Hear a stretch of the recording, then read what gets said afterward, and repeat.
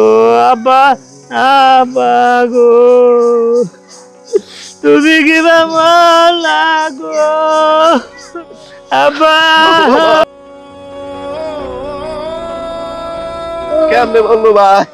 আব্বা, আব্বা, ও বাবা, ভাই কোন বললো? কেমনে কি হইলো ভাই?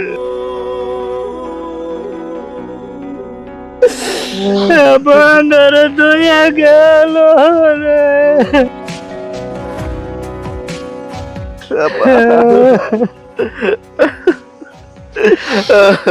আব্বা, আতে আব্বারে কই কবে দিউন দা।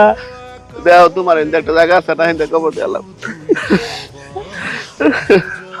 আমার অন্য কই জায়গা, তোর অন্য যে জায়গা ওই দে। আমি কইতে দিয়াম, আমি তো বাড়ি করবো নি সুন্দর রুটের সাথে জায়গাটা। আবার আমি তুই যেত না, ওই ইয়ার কম রুটারে কম। না না না, আমার নিয়ে যাবো না, তোমরা বলো তোমরা যাবো। ঠিকানায় ও বন্ধু রে,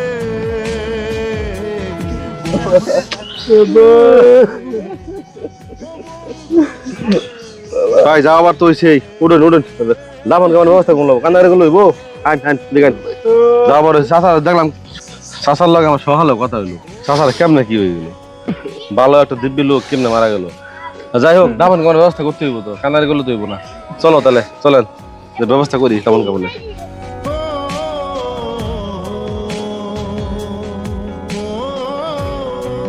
তাইলে ওখানে কান্নাকাটি করে বাদ দিয়া কেমনে দাফন কেমন করবা, কবর টবর কই খুঁজবা এটা কও, কান্না তো লাভ নাই। বড় ভাই ইন্দা দিয়াল মালিক গা, ইন্দা দিয়াল মালিক কই।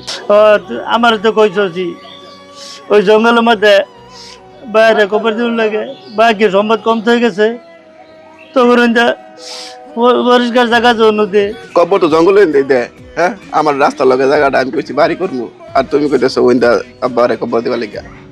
তোমার জঙ্গলে দিলে কি হয়? দিলে দেও, তা দিলে না দেও, আমার কাছে আইও না। না না, আমার ওই জায়গার মধ্যে আমি কবর দিতে যেতাম না। আমার বাপ কি এলকা, তুই দে নাহলে তোর ছোট দে, তোরা দিলে দে, আর নাহলে অন্য ভালাই জায়গা কই ভালাই দিবি। আমার জায়গা দেবাইতাম না, আমি মুরগি ফার্ম করবো। ধরো মিয়া, তোমরা মানুষ মিয়া, বাইরে কবর দিবা, বাপ মারা গেছে কবর দিবা, হ্যাঁ কয় হ্যাঁ দে হেট্টেলা, হ্যাঁ দে হেট্টেলা। কে তোমার বাবা কি সম্পদ কম তো হয়ে গেছে? এই মারুফ ভাই কি কথা বলেন, আপনার বাবা তো সম্পদ কম রেখে দেয় নাই।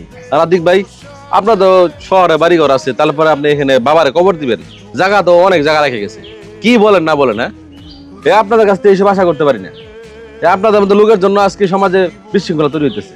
বাবারে কবর দিবেন, জায়গা একটু অল্প জায়গা লাগে, আর এখন বলতেছেন তুই দে, তুই বলেন সে দে, এরকম কথা হইলো? তাড়াতাড়ি ব্যবস্থা করেন, মৃত ব্যক্তির এতক্ষণ রাখা যায় না, বুঝতে পারছেন? তুমি বড় না, হ্যাঁ তুমি খালি আমার ঠেলতেছ, তুমি দিও। যাও তোমার জঙ্গলে ওই জায়গাটার মধ্যে দাও, কত সুন্দর জায়গাটা। আমি বড় হচ্ছে কি আমার সম্পদ বেঁচে দিয়েছ? তোরা তো সম্পদ বেশি দিচ্ছে, তোরা লেখাপড়া করেছে, তোরা চাকরি করে লইছে, সম্পদ বেঁচে কত বেশি দিয়ে যা। আমার তোরটা তুই না ফালাই থাকা, কবর দিবি না ফালাই দিবি, তোর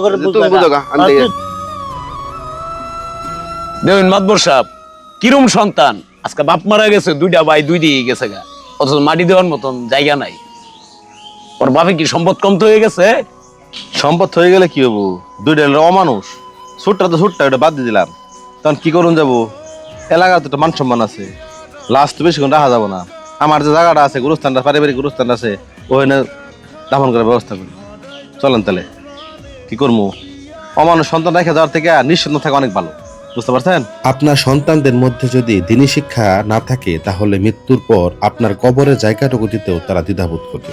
তাই সন্তানদেরকে অবশ্যই দ্বীনি শিক্ষা দেওয়ার চেষ্টা করবেন। ভিডিওটা ভালো লেগে থাকলে অবশ্যই লাইক, কমেন্টস এবং শেয়ার করে পাশে থাকবেন। সকলকে অনেক ধন্যবাদ। আসসালামু আলাইকুম।